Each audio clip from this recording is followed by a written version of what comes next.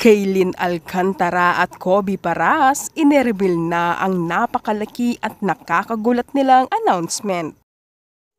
Welcome dito sa The Chika! Pero bago ang lahat, kung hindi ka pa nakapag-subscribe, mag-subscribe ka na para updated ka sa aking mga bagong chika.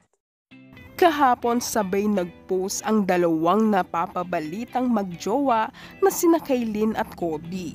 Nakakagulat kasi ang post nila na may special announcement raw sila at i-aanunsyo ngayong araw ng September 25. Sa larawang ipinost ni Kaylin, makikita silang dalawa ni Kobe na parehong naka-formal attire, baby blue gown kay Kaylin at naka-all black naman si Kobe. Together with him, special announcement 9/25/24 ayon kay Kaylin. Habang sa post naman ni Kobe, nakayakap sa kanyang likod si Kaylin.